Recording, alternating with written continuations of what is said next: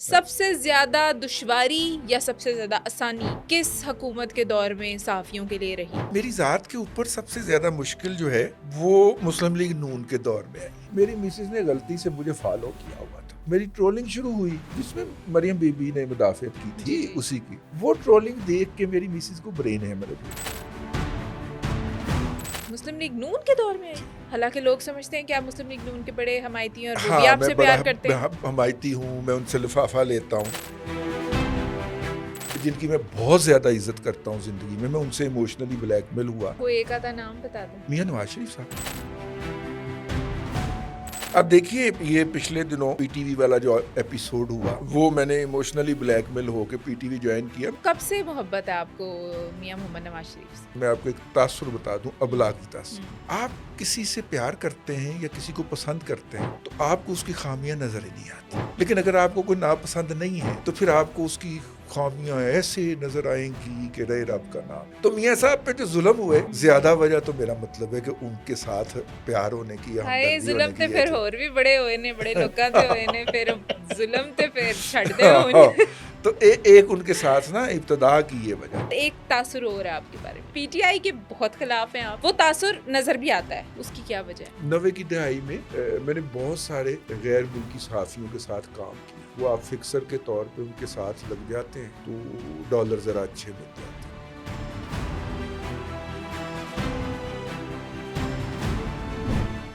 بسم اللہ الرحمن الرحیم. السلام علیکم ویورز, آپ دیکھ رہے ہیں بلنٹ لائن نیٹ ورک اور میں ہوں فریال وقار. ناظرین, آج آپ کی ملاقات ہونے جا رہی ہے ایک ایسے نامور صحافی سے جنہوں نے صحافت جو ہے وہ ہر ٹائپ کی کر رکھی ہے. مطلب آپ اگر بات کریں تو ایک ورسٹائل صحافت پاکستان میں جو چلتی آئی, شروع سے پہلے نیوز پیپر, اس کے بعد ٹی وی آ گئے, ساتھ ریڈیو چل رہا تھا, اور اس کے بعد اب ڈیجیٹل صحافت آ گئی ہے, یوٹیوب کے اوپر ہر کوئی صحافت کر رہا ہے.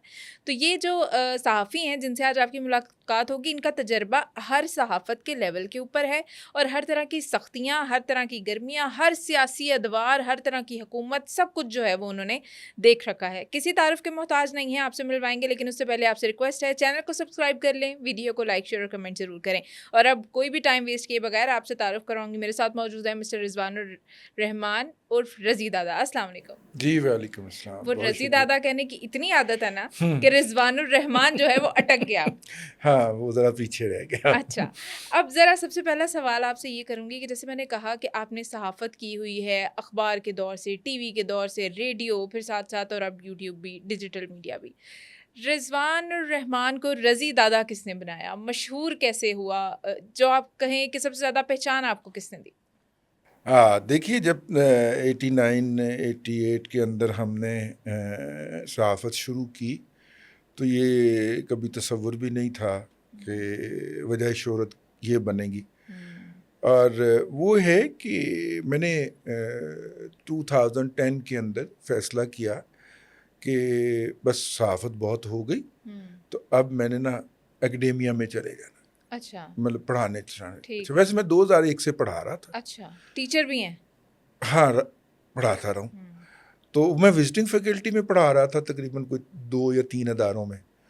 تو پھر میں 2010 میں جب فل ٹائم فیکلٹی بنا تو جن کے ہاں میں نے پڑھانے کی جاب کی, پتہ چلا انہیں بھی میڈیا کا شوق ہے. اچھا, اور انہوں نے پہلے اخبار نکالا, اچھا, تو اس میں خاکسار کا انپٹ لیا گیا. پھر انہوں نے ریڈیو نکالا تو وہ میں نے پورا ان کو بنا کے دیا. پھر وہ ٹی وی کی طرف چل پڑے اور انہوں نے ٹی وی نکالا تو پھر ہم نے ان کے ٹی وی نکالنے میں مدد کی. پھر انہوں نے مجھے نکال دیا. انہیں آ گئی نا صحافت کرنی آ گئی ان کو. پھر انہوں نے مجھے نکال دیا. اس کی کیا وجہ ہوئی؟ کیا اس کی وجہ ان کے اوپر جو پریشرز آ رہے تھے نا میری باتوں کی وجہ سے, ٹھیک ہے, وہ انہوں نے کہا کہ یا تو آپ یہ جو 500-600 ملازمین ہیں ان کا بھی رگڑا نکلوا دیں گے. رگڑا ویسے نکل گیا ان کا بھی, لیکن میں نے کہا جی میری وجہ سے نکل رہا ہے تو یہ میرا استعفیٰ قبول کیجیے. لیکن آپ نے وہ جو اپنا انداز تھا وہ نہیں چھوڑا. ظاہر ہے کہ اب اس عمر میں آ کے بندے نے نظریات بدلنے ہیں. کیا نظریات کو کپڑے ہوتے ہیں کہ بدل لیے جائیں؟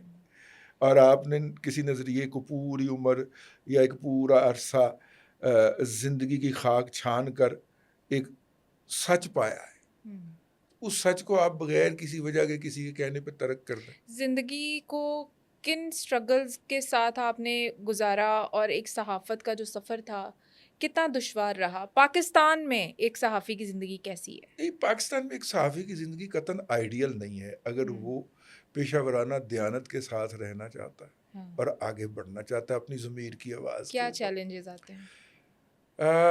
بہت سارے چیلنجز، سوشل چیلنجز ہیں، اس کے بعد فائنانشیل چیلنجز ہیں، ٹھیک ہے. میں آپ کو پورے کانفیڈنس کے ساتھ کہہ سکتا ہوں کہ میں نے اپنے پیرنٹ سے جو کچھ انہیرٹ کیا ہے in term of money assets, میرے پاس اس وقت اتنے ایسٹس نہیں ہیں. اچھا. اس سے کم ہے. اچھا. میری زندگی کے اندر. اچھا. ٹھیک ہے. تو اس کا مطلب ہے کہ میں نے صحافت سے اتنا نہیں کمایا کہ میں ان ایسٹس میں اضافے کا باعث بن سکتا. صحافت سے کمائی کا کتنا تعلق ہے؟ عام طور پہ ایک ٹرم یوز کی جاتی ہے. عمومی طور پہ نا وہ تو ایک عام کروڈ سا ہے نا طریقہ جس کو لوگ لفافہ جرنلزم کہتے ہیں. ایگزیکٹلی. لیکن میں نے آپ کی بات سمجھ لی. جی. ٹھیک ہے، آپ کیا پوچھنا چاہ رہے ہیں. لیکن اصل میں صحافت کو بنایا جاتا ہے ایک سیڑھی جس میں طبقہ اشرافیہ کے اندر انٹر ہوا جاتا ہے. جس طرح میں آپ کی سیڑھی پہ چڑھ کے نہیں آیا، بڑی گرم تھی. آپ غلط سیڑھی سے آئے ہیں، ہم نے اندر ایک سیڑھی رکھی ہوئی ہے. اچھا، اس سیڑھی کو بنا کے نا وہاں پہ پہنچا جاتا ہے. اشرافیہ میں انٹری ہوتی ہے، کنیکٹیوٹی جنریٹ کی جاتی ہے، پھر اس کنیکٹیوٹی کو انکیش کیا جاتا ہے. اور وہ سیڑھی گرم ہوتی؟ ہاں، وہ بھی سیڑھی نہیں، گرم وہ ہوتی؟ سیڑھی ٹھنڈی ہوتی ہے. اچھا. ہاں، یہ ہمارے لیے ہمیشہ گرم سیڑھی رہی ہے. صحافت مطلب کہ اتنے پیسے دیں ورنہ میں آپ کے خلاف خبر چھاپ دوں گا، یہ تو ایک گلی محلے کا فلسفی ہو گئی نا. اصل جو فلسفی ہے وہ یہ ہے جس کے بیشتر بہت سارے لوگ اس شعبے میں آئے ہیں. کسی زمانے کے اندر صحافت کو پاگلوں کا شعبہ کہا جاتا تھا کیونکہ اس میں پروفٹ تو تھا کوئی نہیں، یا مالکان کماتے تھے. ٹھیک ہے، بس ایک آپ کی سیٹسفیکشن ہوتی تھی یا ایک نامنل سی سیلری، اس کا ایک افزانہ مل جاتا تھا تاکہ آپ کا جسم اور روح کا رشتہ برقرار رہے.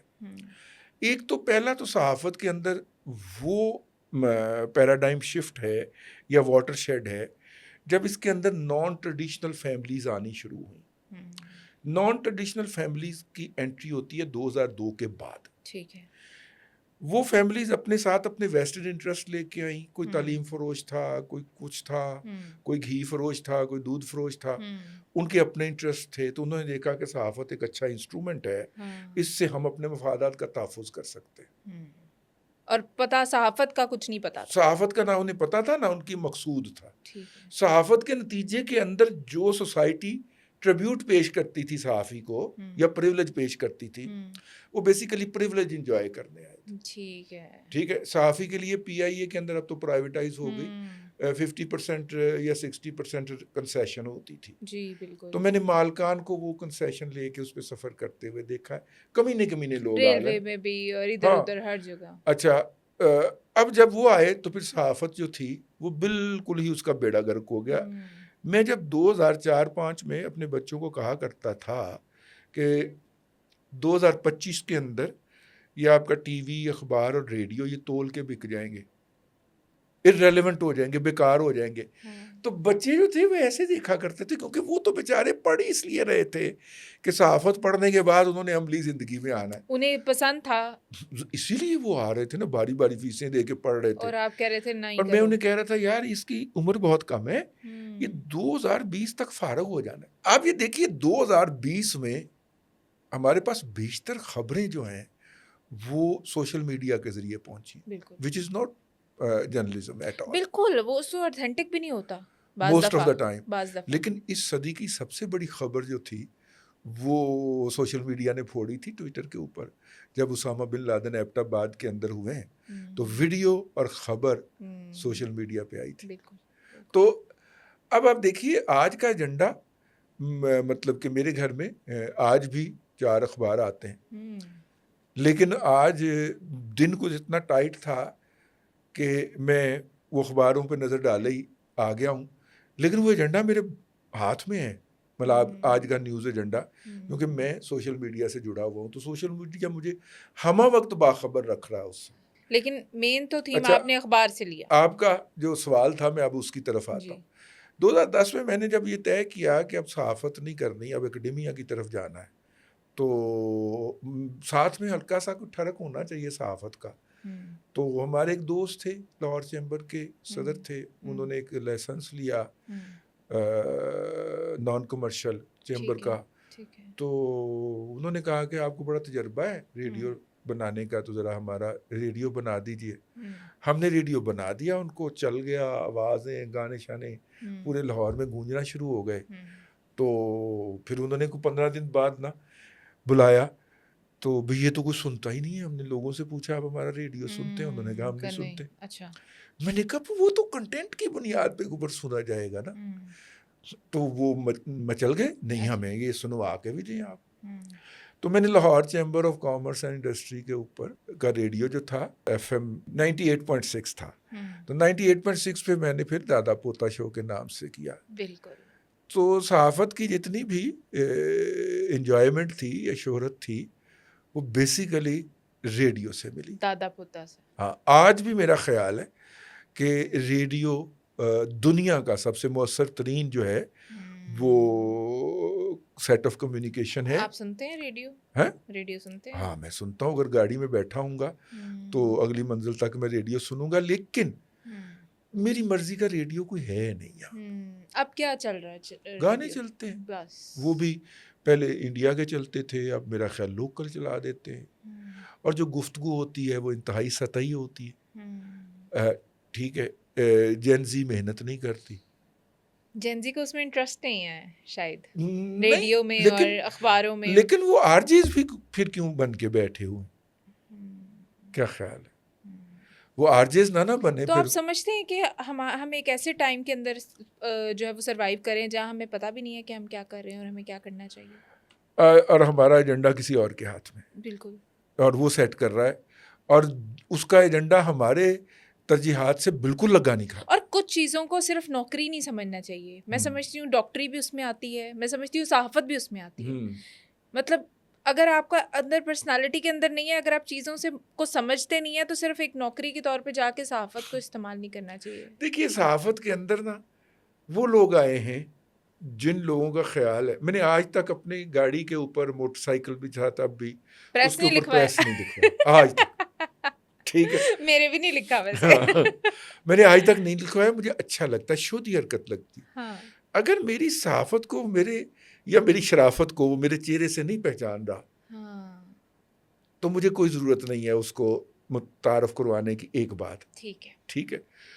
اچھا, میں آپ کو ابھی پرسوں کا واقعہ سناتا ہوں. میں ایک موڑ سے مڑا, روزانہ وہی میرا راستہ ہے, آج بھی میں وہیں سے گزر کے آیا ہوں. تو وہاں پہ پولیس والے کھڑے ہوتے, ٹریفک پولیس والے. اس نے مجھے روک لی. تو میرے لیے بڑی چمبے کی بات تھی, کیونکہ میں وہ موبائل چلا کے اس پہ وہ ولاگ لگا کے تو رکھ دیتا ہوں, تو میں گاڑی میں اکیلا سنتا ہوا موو کر رہا ہوتا ہوں. اپنا ولاگ نہیں, کسی کا, آپ جیسے کسی عظیم صحافی کا. تو میں وہ لگا کے رکھ دیتا ہوں, تو میں سنتا ہوا جا رہا تھا. تو وہ مجھے پولیس والے نے روک لیا, تو مجھے روک کے کہنے لگا کہ سائڈ پہ کر. میں سائڈ پہ کھڑا ہو گیا. تو آیا وہ, تو میں نے کہا کہ آپ پہلے مجھے یہ بتائیے کہ میں نے جرم کیا کیا. تو کہنے لگا کہ آپ کو کس نے کہا میں نے آپ کو جرم کرنے پہ روکا ہے. میں نے کہا جی پھر آپ نے مجھے کیوں روکا ہے؟ سر میں آپ کا بہت پرانا فین ہوں. اچھا, جب سے آپ دادا پوتا شو کرتے تھے میں آپ کو روزانہ دیکھتا ہوں یہاں سے گزرتے ہوئے. آج میں نے ہمت کر کے کہا کہ میں آپ سے ہاتھ ملا دوں. تو یہ سکسیس ہے نا, اسے کہیں گے. میرا خیال ہے. تو کبھی آپ نے یہ سوچا تھا کہ ایسا ہونا چاہیے کہ لوگ مجھے جانتے ہوں, پہچانتے ہوں, یا یہ اللہ تعالیٰ کی طرف سے خود ہی مل گیا؟ میں نے یہ نہیں سوچا. میں نے صرف ایک اللہ تعالیٰ سے چیز مانگی تھی. وہ جب میں عمرہ کرنے گیا تھا تو وہ اپنا جو خانہ کعبہ کا غلاف ہے, ہم اس کو رب کا دامن سمجھ کے ٹچ کرتے ہیں. ٹھیک ہے, تو ہم نے وہ پکڑ کے دعا مانگی تھی میں نے ذاتی طور پہ کہ میری زبان میں تاثیر ہو. واہ, ٹھیک ہے, کہ میں بات کہوں لوگوں پہ اثر انداز ہو. اور 93 میں یہ میری دعا تھی. میں 93 میں عمرہ کرنے گیا تھا, تو میرے رب نے وہ قبول کی. کئی لوگ تو 93 میں اس دنیا میں بھی نہیں آئے. میں 93 میں اس دنیا میں آئی تھی. اب آپ یہ مجھے تو نہیں کہہ رہے. میں 93 میں آئی تھی. تو لیکن میرے لیے یہ ایک میں فخر کی بات ہے کہ آپ میرے سامنے بیٹھے ہیں اور میں آپ سے باتیں کر رہی ہوں, آپ سے کچھ چیزیں بھی پوچھ رہی ہوں, تو یہ آج کے لیے آسان تو ہو گیا ہے, لیکن اسٹرگل کتنی تھی اس کے پیچھے, بہت زیادہ جو تھی. اریسٹ ہوئے, جو پریشر ہوا, جو سب کچھ آپ نے اتنے ادوار دیکھے ہیں حکومت, سب سے زیادہ دشواری یا سب سے زیادہ آسانی کس حکومت کے دور میں صحافیوں کے لیے رہی؟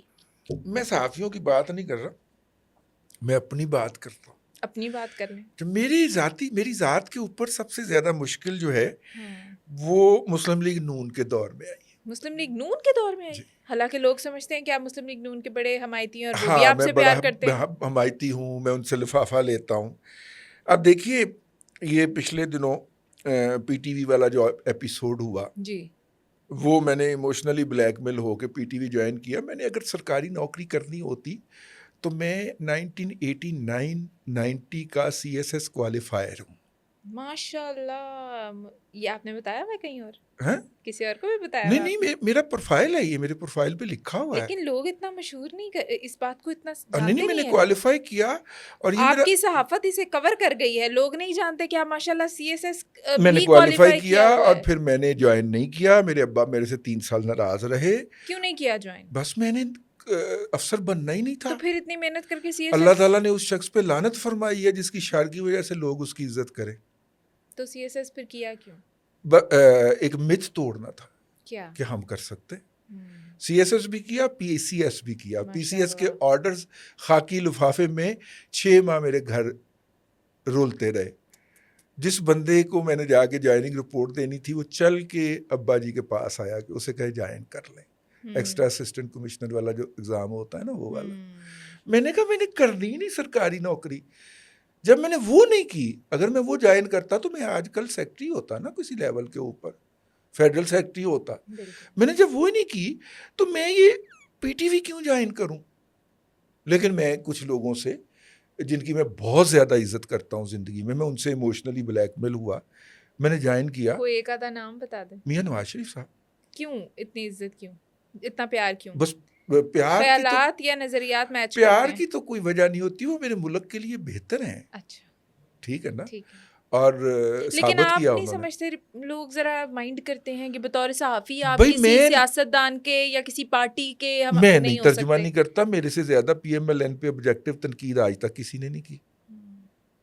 وہ تو لوگ جب آپ کے خلاف نہیں, تاثر تو قائم کیا جاتا ہے نا. مثلا میرے بارے میں یہ بھی کہا جاتا ہے کہ جی یہ گالیاں دیتا ہے. آپ, میں یہاں پہ بیٹھا ہوں, آپ اپنے ریسرچر کو کہیے میرا پروفائل پہ جائے, میرے ٹویٹر پروفائل پہ جائے اور جا کے دیکھے کہ میں نے کتنی گالیاں دی ہیں پچھلے 1 مہینے کے اندر, اور مجھے پڑنے والی گالیوں کی مقدار کیا ہے. وہ تو لوگوں سے بھی پڑی نہیں, میرا مطلب ہے.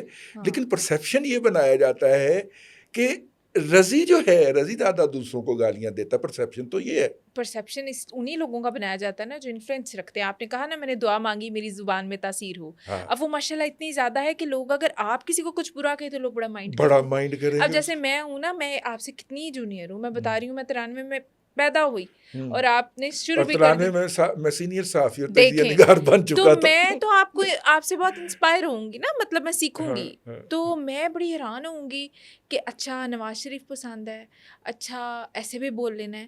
تو یہ کیسے سیٹ ہوگا کہ یار فلاں چیز میری ذاتی چوائس ہے, یہ بطور صحافت نہیں ہے. ہاں دیکھیے ایک بات ہے, آپ کی زندگی گزارنے کے لیے نا آپ کے پاس ایک سیٹ آف لاجک ہوتا ہے, آپ کے پاس ایک دلائل کا سلسلہ ہوتا ہے جس کی بنیاد کے اوپر آپ اپنی پوری زندگی کی ترجیحات, پسند ناپسند, ملنا جلنا سیٹ کرتے ہو, سیٹ کرتے ہیں, ایک گراف بنا لیتے ہیں. بلکہ بعض کا شادی بھی اسی میں ہی آ جاتی ہے. ٹھیک ہے. اور یہ سارا کچھ جو ہوتا ہے یہ ایک آپ کے نظریات کا, خیالات کا پیٹرن ہوتا ہے. تو کب سے محبت ہے آپ کو میاں محمد نواز شریف سے؟ میں میاں صاحب کا تو میں قائل ہوں 97 سے, جو ان کا 2000 والا ٹرنیور تھا. اچھا. جس میں یہ جو لاہور اسلام آباد موٹر وے کا بھی افتتاح ہوا تھا اور ایٹمی دھماکے بھی ہوئے تھے, یہ سارا میں اس وقت سے قائل ہوں. اس سے پہلے یہ ایک جینوئن ریزن ہے, یہ ایک بڑی وجہ تھی جی کہ ان کو پسند کیا جاتا ہے. ہاں ان کو, اور بہت سارے لوگوں کی اپنی وجوہات ہو سکتی ہیں. اور دوسری بات یہ ہے کہ ایک فطرت ہے ہم مسلمانوں کی کربلا سے، ہم ہمیشہ مظلوم کے ساتھ ہوتے ہیں. یہ دنیا کی کہیں کسی بھی جگہ پہ کچھ ظلم ہو، مطلب بھلے وہ مسلمان ہیں بھی، ہم یوکرین والوں کے ساتھ ہیں کیونکہ رشیا نے ان پہ حملہ کیا ہے. ٹھیک ہے نا. حالانکہ نہ یوکرین والوں کا مذہب ہمارا مذہب ہے، نہ ان کی کوئی جغرافیائی ہمارے ساتھ ہے، لیکن ہم ان کے ساتھ ہیں، خام خواہ ساتھ ہیں. اے بھی نہیں پتا ہوندا وہ پہلے جا کے اگلے دی بیل تے نہیں بجا کے. ہاں نہیں، ہم خام خواہ ان کے ساتھ ہیں. ہمیں کچھ بعض دفعہ پتہ بھی نہیں ہوتا. یہ ایک فطرت ہے، خاص طور پہ بر صغیر کے مسلمانوں کی، میں یہ سمجھتا ہوں. تو میاں صاحب پہ جو ظلم ہوئے، زیادہ وجہ تو میرا مطلب ہے کہ ان کے ساتھ پیار ہونے کی یا ہمدردی ہونے کی. ظلم تے پھر اور بھی بڑے ہوئے نے، بڑے لوکاں تے ہوئے نے، پھر ظلم تے پھر چھڈ دے ہونے. تو ایک ان کے ساتھ نا ابتدا کی یہ وجہ تھی. اچھا ہاں ٹھیک ہے. اس کے بعد ایک تاثر ہو رہا ہے آپ کے بارے میں. ہاں سارے تاثر پوچھنے کہ پی ٹی آئی کے بہت خلاف ہیں آپ. وہ تاثر نظر بھی آتا ہے ہاں آپ کی باتوں میں، آپ کے لہجے میں، آپ کے بلاگز میں. بعض دفعہ بہت ناراضگی دکھائی دیتی پاکستان تحریک انصاف سے اسپیشلی. اس کی کیا وجہ ہے؟ دیکھیے، اگر میں آپ کو اس کی وجہ تو بعد میں بتاتا ہوں، لیکن میں آپ کو ایک تاثر بتا دوں، ابلاغی تاثر. آپ کسی سے پیار کرتے ہیں یا کسی کو پسند کرتے ہیں تو آپ کو اس کی خامیاں نظر ہی نہیں آتی. ٹھیک ہے. لیکن اگر آپ کو کوئی ناپسند نہیں ہے تو پھر آپ کو اس کی خامیاں ایسے نظر آئیں گی کہ رے رب کا نام. اب آ جائیے اس سوال کے اوپر. کچھ لوگوں کا خیال ہے کہ میرا مطلب ہے کہ میں پی ٹی آئی کے جناب ٹڈوں خلاف ہاں، شروع کو خلاف ہاں. 2012-13 کی بات ہے. پی ٹی آئی کے لوگوں نے کوئی ٹریننگیں رکھنی اپنے نئے پوٹینشل کینڈیڈیٹس اور ایم پی ایز، اور انہوں نے بڑے بڑے لوگ میڈیا پہ بھیجنے پروگراموں میں بیٹھنے کے لیے. تو اس کی ٹریننگ کرتے تھے؟ میں ٹرینر بھی رہا ہوں نا ٹیچر کے ساتھ ساتھ. اچھا، مطلب کیمرے پہ بیٹھنے کیمرہ کیسے فیس کرنا ہے. اچھا، ٹھیک ہے، یہ بھی سیکھا انہوں نے، مطلب سکھایا گیا ان کو. ٹھیک ہے. میں بڑا مہنگا ٹرینر رہا ہوں. لاہور سے اسلام آباد کا ایک چکر میں 5 لاکھ کما لیا کرتا تھا ان سے. پی ٹی آئی سے؟ ہاں، ان کو بھی کہیں سے پیسے آ رہے تھے، وہ بھی لٹانے کے موڈ میں تھے. ہم جا کے 3-4 گھنٹے کا ایک لیکچر دیتے تھے، پریکٹیکل کرواتے تھے، گاڑی پکڑتے تھے، گھر واپس آ جاتے تھے. تو کہنے کا مطلب یہ ہے کہ خان صاحب کی کئی ٹویٹس جو ہیں وہ اس کی زبان ٹھیک کر دیں، اس کو ری رائٹ کر دیں یا یہ کر دیں. وہ خاکسار کو وہ کمپلیمنٹ میں ہی بھجوا دیتے تھے، کمپلیمنٹری ہم سے ٹھیک کروا لیتے تھے. مطلب تعلق رہا ہے، ٹرم رہی ہے پی ٹی آئی کے ساتھ، خان صاحب کے ساتھ. 93 96 کرکٹر بھی تھے تب آپ ان کے فین رہے ہیں جب وہ ورلڈ کپ فین جیتا؟ شہر میں کوئی نہیں رہا، لیکن ٹھیک ہے، اچھے اسپورٹس مین تھے، ایک اچھے اسپورٹس مین ہیں، رہے ہیں. لیکن وہ سیاست میں، کھیل میں سیاست کو لے کے آئے. مطلب اگر وہ صرف کھیل تک رہے، آپ سمجھتے ہیں کہ خان صاحب کو سیاست کی وجہ سے زیادہ پرابلم آیا؟ اگر وہ کھیل تک ہی رہتے. انہوں نے کھیل میں بھی سیاست کی. دیکھیے، جب وہ کھیل نہیں رہے ہوتے تھے میدان کے اندر تو وہ باہر کھیل رہے ہوتے تھے. ایک لمبی لسٹ ہے. اب آپ ہماری بہوؤں بیٹیوں کی طرح ہو، میں آپ کے سامنے کیا کہوں. ٹھیک ہے نا، ایک لمبی لسٹ ہے. مطلب سیاست کا شوق انہیں پہلے سے تھا. یا وہ کھیل، اگر وہ میدان میں نہیں کھیل رہے تو ان کا کوئی نہ کوئی اسکینڈل چل رہا ہے کسی کے ساتھ. اب میں اس حوالے سے میاں داد کو بہت بڑا آدمی سمجھتا ہوں. ٹھیک ہے، اس کے بہت سارے ریکارڈ ابھی تک نہیں ٹوٹے، but he is a complete family man. ٹھیک ہے نا، مطلب اس حوالے سے تو انہوں نے کرکٹ کے اندر بھی سیاست کی، اس لیے میرے کوئی آئیڈیل کبھی نہیں رہے. تو پھر ایز اے پولیٹیشین آپ ان کے خلاف کب ہوئے؟ میری بعض کزنوں کے وہ بڑے فیورٹ تھے، کرش تھے. ٹھیک ہے، ٹھیک ہے، وہ بھی ہیں شاید، ہوں گے، اب تو وہ بھی دادیاں ہو گئی. کرش تو وہیں کا وہیں ہے نا. ہاں صحیح. ٹھیک تو ہے. پھر ایک سیاسی پارٹی ان کی بن رہی تھی، ایک پاکستان تحریک انصاف نظر آنے پہلی لگی، پریس کانفرنس میں تو بھی کیوں موجود خلاف ہو گیا؟ میں پہلی پریس کانفرنس میں بھی تھا، میں تو کبھی خلاف نہیں ہوا. ٹھیک ہے نا. 2014-15 کے اندر نا انہوں نے سوشل میڈیا ہنٹنگ شروع کی. اچھا. جب کیانی صاحب ریٹائر ہوئے اور راحیل شریف صاحب تشریف لائے تو نئی بنیاد رکھی گئی اسٹیبلشمنٹ کی طرف سے سوشل میڈیا ٹیم کی، اور او پی ٹی آئی کی پروجیکٹ عمران خان کی سوشل میڈیا ٹیم تھی. ٹھیک ہے. ہمیں کہا گیا کہ آپ بھی اس میں آ جائیں. ہم نہیں گئے. کیوں؟ اپنی بات کہنے کے لیے تو سارا کچھ چھوڑا تھا, تو اب اپنی بات کہنا بند کر. ٹھیک ہے. ٹھیک ہے نا, مطلب وہ بھی یہ اتنے سیف جاننے کے لیے اس سے زیادہ تو میں اپنا نقصان کر چکا ہوں. ٹھیک تو اپنی بات کہنی ہے. ٹھیک ہے. اس انکار کو گستاخی سمجھا گیا. پھر ہماری کردار کشی سٹارٹ ہوئی. جب ہم نے اس کردار کشی کا جواب دیا تو برداشت نہیں ہو پایا, سانو چوک کے لے گئے, ماریا کٹیا. وہ جو آپ کے بیٹے ایف نے آئی جب اے, بتایا ہاں ایف ایف آئی اے تو میں وہ جو 2 کیسے ہوا فروری تھا؟ 2019 کو. ہاں ٹھیک ہے نا, گھر سے اٹھایا تھا. ہاں گھر سے اٹھایا تھا. اس سے پہلے فون کے اوپر دھمکیاں دیتے تھے, گالیاں دیتے تھے. اس سے پہلے گاڑی کو ٹکریں بھی مارتے تھے. دنیا میں نے تو محاورتن ہنس کے کہنا کہ لاہور میں جس کی گاڑی کی بریکیں فیل ہو جاتی ہیں وہ میری گاڑی کے ساتھ آگے گاڑی روکتا ہے اپنی. تو وہ میں نے انہیں کہا کہ دیکھیے ہم بیٹھ کے بات کر لیتے ہیں. میں بات کرنے گیا بھی ان کے ساتھ, اور 3-4 مرتبہ گیا. ٹھیک ہے, میں نے کہا یا آپ مجھے قائل کر لیجئے یا میں آپ کو قائل کر, یا میرے سے قائل ہو جائیے. ٹھیک ہے. قائل وہ ہونا نہیں چاہ رہے تھے, ان کی ڈیوٹی لگی ہوئی تھی. ٹھیک ہے, اور مجھے وہ قائل کر نہیں پائے. تو نتیجتاً پھر انہوں نے مجھے اٹھا کے تو پھینٹا لگایا. گھر سے اٹھایا. گھر پہ سارے موجود تھے اس وقت؟ سارے موجود تھے. آپ کے بیٹے نے بعد میں ہاں بتایا 2 تھا؟ بیٹے نے. میں بیسیکلی صبح اٹھ کے ناشتہ کر کے نا تو سوشل میڈیا لیپ ٹاپ پہ کھول کے بیٹھا ہوا تھا. ٹھیک ہے. اور بیل ہوئی تو مجھے پتا چل گیا کہ یہ جو چہرے ہیں جاننے والے یہ وہی ہیں. وہ ٹپیکل فیسز ہوتے ہیں. آپ نے دروازہ کھولا تھا؟ میں نے, میری بیگم نے کہا بیٹا جاتا ہے. میں نے کہا نہیں میں جاتا ہوں. میں نیچے گیا, انہوں نے مجھے پکڑ کے تو گاڑی میں ڈالا. میں نے ہلکی پھلکی مزاحمت کی یہ جو ہے وہ, لیکن اس دوران میرا کوئی پسلی وسلی بھی ہرنیاں وغیرہ یہ سارا اس کا سامنے آیا. وہ پھر ٹھیک ہے, کافی انہوں نے وہ پھر گاڑی میں پھینکا اور پھر لے گئے. وہاں پہ پہنچ کے نہیں کیا, لیکن راستے میں انہوں نے اپنے سارے غصے نکالے. وہاں جا کے کیا پوچھا آپ سے؟ وہاں جا کے پوچھا کہ جی آپ, پہلے انہوں نے مجھے غدار ثابت کرنے کی کوشش کی کہ آپ فلاں چائنیز پروفیسر کے ساتھ جو ہے وہ کمیونیکیشن کر رہے ہیں. میں نے کہا ہاں میں کیا کمیونیکیشن کر رہا ہوں؟ ہاں کر رہا ہوں. کیا کر رہا ہوں؟ اگر آپ کے پاس یہ کمیونیکیشن ہے تو آپ نے وہ بھی نکال لیا ہوگا کہ میں اسے کیا کہہ رہا ہوں. ٹھیک ہے, میں نے کہا یہ پڑھیے ای میل کے اندر میں اسے قائل کر رہا ہوں کہ آپ سی پیک ڈسکنٹینیو نہ کریں, اس سے آپ کی پہلی رقم بھی ڈوب جائے گی.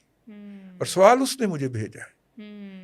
یہ 2018 والے الیکشن جو تھے 18 میں, ہاں جولائی 18 میں جو الیکشن ہوئے تھے, اس میں مجھے ایک وہاں کے ایکڈیمیشین نے پوچھا ای میل کے ذریعے, جو یہاں پہ مجھ سے مل چکے تھے آ کے.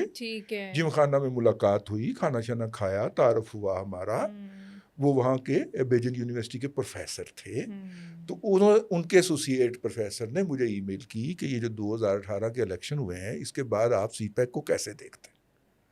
ٹھیک ہے, تو مجھے موقع مل گیا کہ میں اپنے ملک کا کیس پلیڈ کروں. تو میں نے انہیں کہا کہ یہ لوگ تو جا رہے ہیں, ان کو نہیں آنے دیا جائے گا, لیکن آپ کی ترجیح یہ ہونی چاہیے as a country, as a friendly country, کہ آپ سی پیک کو کنٹینیو کریں. ہاں, آپ کو حکومت سے کیا. ٹھیک ہے نا, میں ان کو اس بات پہ قائل کر رہا تھا. میں نے کہا جی اس میں آپ غداری نکال دیجئے, میں ابھی پھندا لینے کو تیار. کیا میں انہیں یہ کہہ رہا ہوں کہ روک دو؟ نہیں, میں کوئی پاکستان کے خلاف بات کر رہا ہوں.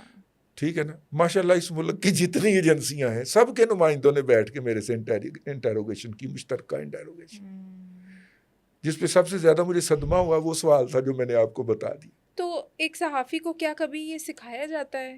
کیا ہمارے یہاں جو لوگ صحافت کو بڑا آسان سمجھتے ہیں, کیا کہ کبھی ایسا بھی ہو سکتا ہے کہ آپ کے اوپر ایسے ایسے الزام لگ جائیں, تو ان کو کیسے برداشت کرنا ہے, انہیں کیسے سہنا ہے, ان کو کیسے لے کے دل برداشتہ نہیں ہونا اور پھر واپس آنا اور اسی جوش و جذبے سے دوبارہ اپنا کام کرنا ہے؟ میں آپ سے عرض کروں, ہاں, میں نے ایک فارمولہ زندگی کے اندر رکھا ہے. جی, اگرچہ میں اس پہ خود بھی عمل نہیں کر پایا. وہ کیا ہے؟ وہ فارمولہ یہ ہے کہ جہاں پر جو درد ہے یا دکھ ہے یا تکلیف ہے وہ اپنی انتہا کو چھو جائے, ٹھیک ہے نا, وہاں پہ آپ کو وہ بات اپنے رب کے حوالے چھوڑ دینی چاہیے کہ میں اس پہ ری ایکٹ نہیں کروں گا.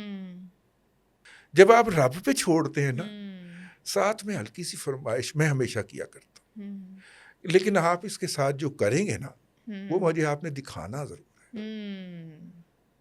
اللہ کی قسم زندگی میں کوئی ایک بھی موقع نہیں گزرا کہ جب میرے رب نے مجھے مایوس کیا ہو. وہ دکھاتا ہے پھر. اگر آپ کو کسی نے گالی دی ہے اور آپ بڑی بے بسی میں کہتے ہیں کہ اچھا میں نے اگر تمہیں گالی دی تو یہ تو پھر کتے کے جواب میں بھونکنا ہو گیا، تو میں نہیں کر رہا، میں تمہارا کیس اللہ کو ریفر کر رہا ہوں. آپ اسے آئندہ ایک ہفتے کے اندر ذلیل و خوار ہوتا ہوا دیکھیں گے. بالکل ٹھیک ہے نا. تو میں بہت سارے کیسز اللہ پہ چھوڑ دیا کرتا ہوں، چھوڑ دیا اگرچہ میرے سے نہیں چھوڑے جاتے، لیکن آپ نے لیکن میں جن کیسز کو نہیں چھوڑتا اس میں مجھے جوتے بھی پڑتے، وہ بندہ مزید حاوی ہوتا جاتا ہے. بولڈ صحافت کسے سمجھتے ہیں آپ؟ صحافت ہوتی ہے، کوئی بولڈ نہیں ہوتی. صحافت کیا ہے؟ میں ایز اے ٹیچر آپ سے بات کر رہا ہوں. اس ملک کے موجودہ حالات، قوانین، ٹھیک ہے، کہ اندر رہ کے آپ نے بات کہنی ہے، بتانی ہے، بات کہنی ہے، ابلاغ کرنا ہے. ٹھیک ہے، فیکٹ پہ رہنا ہے. جس طرح زبان 32 دندوں کے اندر ہے، اس طرح آپ نے اس معاشرے کے اندر رہ کے ایک پیمرا کے، NCCI کے، ان سب کے قوانین کے عین مطابق بات کہنی ہے، پکڑائی بھی نہیں دینا. ٹھیک ہے. ہمارے استاد تھے، وہ کہا کرتے تھے میاں کھیلو کودو پکڑائی مت دو. قانون کی گرفت میں نہیں آنا. ہمیں قانون نے پکڑنے کے لیے اپنے آپ کو روندا. بالکل ٹھیک ہے، یہ بھی بات ذہن میں رکھی جائے. ہم قانون کے پیرامیٹر میں قابو نہیں آ رہے تھے، بالکل، لیکن قانون نے اپنے آپ کو روند کے ہمیں پکڑا. 24 گھنٹے نہیں رکھ پایا. تو کیوں ہوتا ہے ایسا؟ سیاست کی جو ہے وہ جو صحافت ہے وہ سیاست کا شکار کیوں ہو جاتی ہے؟ صحافت اور سیاست کا چولی دامن کا ساتھ ہے. صحافت جو ہے وہ سیاست کی مراسن ہے. ٹھیک ہے نا. جس نے کہنا ہے بی بی جی آج سیل لگی ہوئی ہے ادھر چلیں. آج کل کام والیاں بہت ساری یہ کام کرتی ہوئی پائی جاتی ہیں. صحافت جو ہے وہ سیاست کی مراسن ہے. ٹھیک ہے. صحافت نے سیاست کو ہاتھ پکڑ کے چلانا ہوتا ہے ایسے کر. اور آج کل جو پارٹیز بنی ہوئی ہیں صحافیوں کی، بتایا جاتا ہے یہ صحافی PTI کا ہے، یہ صحافی PMLN کا ہے، یہ صحافی، یہ کیا ہے؟ ہاں یہ بھی ہے اپنی جگہ کے اوپر. ہمیں چوکٹے فٹ. ہم جب 90 کی دہائی میں میں نے بہت سارے غیر ملکی صحافیوں کے ساتھ کام کیا. وہ آپ فکسر کے طور پہ ان کے ساتھ لگ جاتے ہیں تو ڈالر ذرا اچھے مل جاتے ہیں. آپ ان کا ٹرانسلیٹر کہتے ہیں آپ. ٹھیک ہے. اور فکسر کہتے ہیں اس کو. عمومی طور پہ آپ انٹرویو فکس کر کے دے رہے ہیں، فلانے بندے کا میں نے انٹرویو کرنا ہے، حافظ سعید کا انٹرویو کرنا ہے، کر دیں. اچھا مجھ سے پوچھتے تھے کہ آپ کیا چیز، میں نے کہا میں لرن کر رہا ہوں. وہ مخصوص فریم لے کے اپنے ساتھ آتے ہیں، ایجنڈا اپنا لے کے آئے ہوتے ہیں. انہوں نے اس ایجنڈے کے اندر رنگ بھرنا ہوتا ہے. ٹھیک ہے. اور وہ جیسے ہی وہ رنگ بھرے جاتے ہیں وہ اس طرح لے کے چلے جاتے ہیں. ٹھیک ہے. یہ جو ہم نے یہ پہلے ویسٹ نے کیا، اب ہمارے یہاں یہ جو ہم نے پری ڈٹرمن کر لیا ہے نا کہ یہ والی جگت ہوگی تو یہ ہنسے گی، اور اگر میں یہ بات ایسے کہہ دوں تو یہ کہکا لگائے گی. یہ جو آپ کی پروڈیوسر ہیں، ٹھیک ہے نا. یہ ہم نے جو پری ڈٹرمن چیزیں کر لی ہوئی ہیں سکرپٹڈ، اور ہم اس کے عادی ہو چکے، بلکہ نشئی ہو چکے. ہمیں کوئی نئی چیز بتائی جائے تو بہت دیر تو کچھ لہجے تو ہم اس کو ابزارب کرنے میں اور انڈرسٹینڈ کرنے میں لگ جاتے ہیں. یہ جین زی کے ساتھ ایک تجزیہ ہے. اب لاغیات کی بات کر لیتے ہیں. آپ جب پڑھا کرتے تھے نا ناول، میں اس مرحلے سے گزرا ہوں. پرانی مطلب کہ 80 کی دہائی میں، 70 کی دہائی میں ہم نے بہت ناول پڑھا. ٹھیک ہے. اردو کے بھی، انگریزی کے بھی. جب آپ ناول پڑھا کرتے تھے تو آپ کے امیج کے اوپر ایک کلیڈوسکوپ چل رہا ہوتا تھا، ایک پوری کہانی چل رہی ہوتی تھی. آپ نے ہیرو کا بھی ایک امیج بنایا ہوا ہے، ایک ہیروئن کا بھی امیج بنایا ہوا ہے. ٹھیک ہے. وقار صاحب کا بھی میرے ذہن میں ایک امیج ہے، اور ان کی مسز فریال کا بھی ایک امیج ہے. میرے ذہن میں بھی ہے. ہاں اچھا جی. اب وہ جو ہے نا وہ جو ایکٹ کر رہے ہیں وہ میرے ذہن میں نا ایک ڈرامے کے طور پہ چل رہا ہے. ٹھیک ہے, یہ ہم نے ناول اسی طرح پڑھے. ٹھیک ہے, مثلا اگر کوئی وہ کیا کہتے ہیں باٹا پور بدر سے باٹا پور تک کا ہے کہانی, ہم نے وہ پڑھی ہے تو ہم نے اپنے امیج میں بنائی ہے. اس کا مطلب ہے ہمارا دماغ ساتھ میں کام کر رہا تھا. ٹھیک ہے, دماغ کو کام کرنے کا مطلب ہے کہ اس کا علم میں, اس کی امیجنری میں اضافہ ہو رہا. ٹھیک ہو گیا. اس کے بعد پہلا کمیونیکیشن کا ذریعہ آیا ریڈیو. ٹھیک ہو گیا. اب ریڈیو پہ آپ آواز سن رہے ہوتے تھے اور ذہن میں ایک امیج بناتے تھے, اور آواز والا آپ کو جدھر کو لے کے جاتا تھا ادھر کو آپ چلتے جاتے تھے, پھر بھی آپ کے ذہن کو کام کرنا پڑتا تھا. ایسے ہی. ٹھیک ہے, یہ جو تیسرا کام ہوا نا, ساتھ میں آواز کی تصویر بھی آ گئی, اس سے آپ کے ذہن کو کام کرنے کا جو موقع ملا ہوا تھا اس نسل تک وہ ختم ہو گیا. ٹھیک ہے, اب تو کھانا بھی پکا پکایا آ گیا نا, آپ نے فون آرڈر کیا, فون پانڈا والا آپ کو اور آدھے گھنٹے بعد گھر دے جائے گا. بالکل ویسے دے جائے گا. اچھا ٹھیک, بتائیں ابھی آرڈر کر دیں. اچھا, وہ فوڈ پانڈا والا دے جائے گا. یعنی پکا پکایا کھانے کو پکانے کے اندر پکانے والی جس محبت, کنوکشن اور کمٹمنٹ کے ساتھ کھانا پکاتی ہے, خاص طور پہ ہمارے برے صغیر کے مسلم گھرانوں میں, دنیا کی کوئی عورت, کوئی بہو, کوئی بیٹی اتنی کنوکشن کے ساتھ کسی اور تہذیب کے اندر کھانا نہیں پکاتی. ٹھیک ہے, اگر آپ کرونالوجی اٹھائیں نا کہ یار اپنے پیاز کب ڈلنے ہیں, جب وہ لال ہو جائیں تو پھر اس میں یہ ڈلنا ہے, وہ پوری کرونالوجی ہے. پیش کرنے تک بھی اس کے اوپر مسالہ کب ڈالنا ہے, دھنیا ڈالنا ہے. ٹھیک ہے نا, وہ بیچاری اس میں سے کوئی ایک پروسیس بھول بھی جائے نا تو وہ اپنے آپ پہ بھی شرمندہ ہوتی رہتی ہے, اور گھر والے بھی اس کو شرمندہ کرتے ہیں. لیکن یہ اتنا لمبا کھانے کا جو پروسیجر ہے وہ اس محبت کے بغیر ممکن نہیں ہے جو اس کے کھانے والوں کے ساتھ ہوتی ہے. بالکل. ٹھیک ہے نا. اچھا, ایک چیز اور آپ سے پوچھوں, نئے صوبے بننے کے حوالے سے آپ بڑی مخالفت رکھتے ہیں اس بات سے, کیا وجہ ہے اس کی؟ دیکھیے, اب تک تو نئے صوبوں کے حق میں جو کمپین چل رہی تھی انہی کا نقطہ نظر آ رہا تھا. ٹھیک ہے. میں نے پہلی دفعہ ان کے خلاف کوئی ایک بات کی ہے تو اس کو بہت زیادہ پذیرائی ملی ہے لوگوں کے اندر بھی, اور خاص طور پہ پنجاب کے لوگوں کے اندر ملی ہے. تو یہ کرنا کیا چاہ رہے ہیں؟ مجھے نہیں پتا وہ کیا کرنا چاہ رہے ہیں. میں نے تو صرف ماضی سے یہ بات بتائی ہے کہ ایوب خان صاحب نے پاکستان کی جغرافیائی اکائی کے ساتھ پہلی دفعہ چھیڑ چھاڑ فرمائی تھی, اور انہوں نے 1 یونٹ بنایا تھا, یعنی پورا مغربی پاکستان ایک یونٹ بنا دیا تھا اور مشرقی پاکستان دوسرا صوبہ بنا دیا تھا. ٹھیک ہے, یہ کوئی 8-10 سال چلا. اس کے بعد ایوب خان صاحب استعفیٰ دے کے گھر چلے گئے, یحییٰ خان صاحب کے حوالے اقتدار کر گئے. یحییٰ خان صاحب نے 1 یونٹ توڑ دیا. ٹھیک ہے, اس 1 یونٹ توڑنے کے نتیجے کے اندر پاکستان 2 لخت ہو گیا. بالکل ہو گیا. تو اگر آپ وہ تجربہ دوبارہ کرنا چاہ رہے ہیں تو خدا کا خوف کریں, ہمارے پاس یہی ایک جگہ رہ گئی ہے سر چھپانے کی, ہماری نسلوں کے پاس. اس کے اندر اور جو ہے وہ تجربات کا یہ متحمل نہیں ہو سکتا. میرا یہ کہنا ہے, ماضی کے اندر ہم یہ کر چکے, نئے جغرافیائی یونٹ کا تجربہ ہم کر چکے ہیں. یعنی نئے 1 یونٹ بننے سے پہلے بھاولپور کی الگ ریاست تھی. ٹھیک ہے, خیرپور سندھ کی الگ ریاست تھی, کلات کی الگ ریاست تھی, اس کے بعد گوادر الگ ریاست تھی, چترال الگ ریاست تھی, اس کے بعد جناب سوات الگ ریاست تھی. آپ نے جب 1 یونٹ توڑا, صوبے بحال کیے, ان ریاستوں کو اس کے اندر مرج کر دیا. نتیجے کے اندر آج بلوچستان گورنیبل نہیں ہے. آپ جتنی مرضی کوشش کر لیں وہ گورنیبل نہیں ہے. نہ اس کے اندر اتنی پاپولیشن ہے اور نہ اس کے اندر آپ کے پاس ذرائع نقل و حمل ہے. اگر آپ کو یاد ہو 3 سال پہلے وہاں پہ ایک جگہ پہ بلاسٹ ہوا تھا.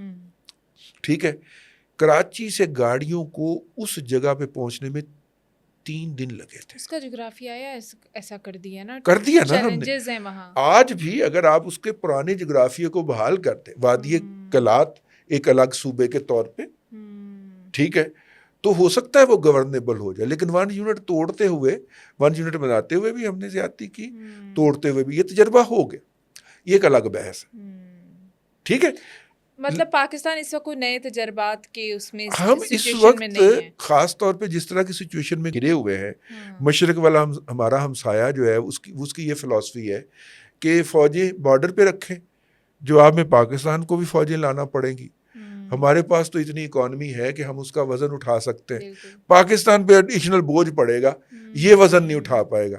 اور اب انہوں نے مغربی بارڈر بھی ہاٹ کر دیا ہمارا، انڈیا نے آ کے 9 کے قریب انہوں نے وہاں پہ اپنے جو ہیں وہ اڈے کھول دیے ہیں، جہاں سے وہ مسلسل ادھر سے بھی کریں گے.